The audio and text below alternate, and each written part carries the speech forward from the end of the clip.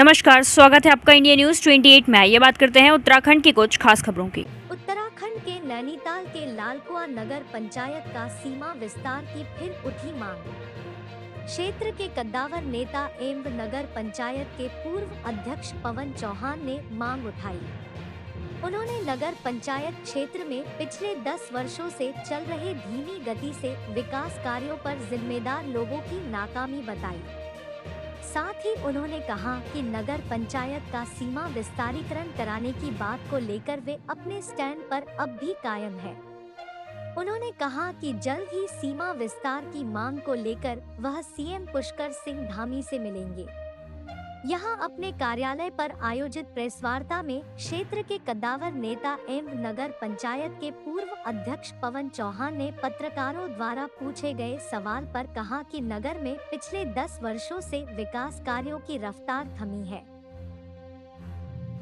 उन्होंने कहा कि जिम्मेदार लोगों की बदौलत नगर में कार्य रुके हुए जो विकास कार्य क्षेत्र में होने चाहिए थे वह नहीं हो पाए हैं। इसलिए उन्होंने जिम्मेदार लोगों की नाकामी बताई और कहा कि उन्हें तथा उनकी धर्मपत्नी श्रीमती अरुणा चौहान को नगर वासियों ने 10 वर्ष तक सेवा करने का अवसर प्रदान किया। उन्होंने कहा। नैनीताल संवाददाता संजीव सिंह की रिपोर्ट। मैं तो समझता हूँ अपना काम करने का तरीका होता है, नहीं तो जिन दिनों मैंने इस नगर पालिका की बागडोर संभाली थी उन दिनों की स्थिति को लेकर के 10 साल में जो ऐतिहासिक कार्यक्रम हमने किए हैं, जो ऐतिहासिक काम किए हैं, जन सेवा की है, वो विगत काफ़ी लंबे समय से वो धीमी पड़ गई है और लोगों को लग रहा है कि ठगे जैसे महसूस कर रहे हैं। और पुनः जो आवश्यकता है, क्योंकि इस नगर पंचायत को हमने पहला दर्जा, प्रथम दर्जा उत्तराखंड में दिलाया था सफाई व्यवस्था को लेकर के, अन्य कार्यों को लेकर के। हमने ऐतिहासिक नगर पालिका का दफ्तर बनाया, हमने ऐतिहासिक हाई मास कलाई का लगाया, हमने वो स्लॉटर हाउस बनाया है, हमने बारात घर बनाया है, हमने अन्य ऐसे हमने शासनादेश कराए थे बहुत चीज़ों के लिए जो ठंडे बस्ते में उस दिनों के हमारे बाद पड़े हैं। 100 कमरों का आवास 100 लोगों के लिए हमने गरीबों के लिए बनाए थे। उनका पहले तो बांटने में ही बड़ी विवाद पैदा हो गया। दूसरा हमारे रहते श्रीमती अरुणा चौहान के रहते 90% उनमें कार्य हो चुका था पूर्ण। वो बहुत पहले बटने चाहिए थे। ये भी उनके साथ अन्याय हुआ है। वो कहीं ना कहीं वो खंडहर के रूप में बदल गई थी वो बिल्डिंग। तो ये बहुत अच्छी बात नहीं है। ये कहीं ना कहीं जनता का शासन आदेश करवा दिए थे मैंने, ट्रांसपोर्ट नगर के लिए, बस अड्डे के लिए, ईदगाह के लिए, आपका ग्रीन पार्क के लिए और अन्य कई चीज़ों के लिए हमने 6 शासन आदेश हम जारी करवा दिए थे।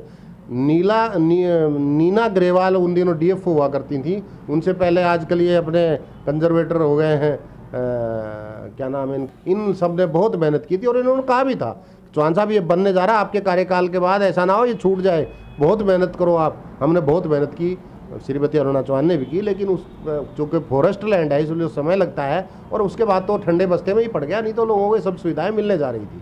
अब ये सब के लिए पुनः लड़ाई लड़ने की बहुत ज़रूरत है, वास्तव में होना चाहिए। और हमारे जो भीड़ भाड़ वाले इलाके हैं उनमें बहुत ज़रूरत है जन साधारण को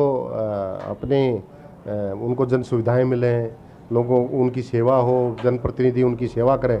तो इसलिए मेरा बहुत अथक प्रयास मैंने किए हैं और प्रयासों में कहीं ना कहीं सफलता हमें हासिल हो गई थी, लेकिन किन्हीं कारणों से उन दिनों नहीं बन पाई।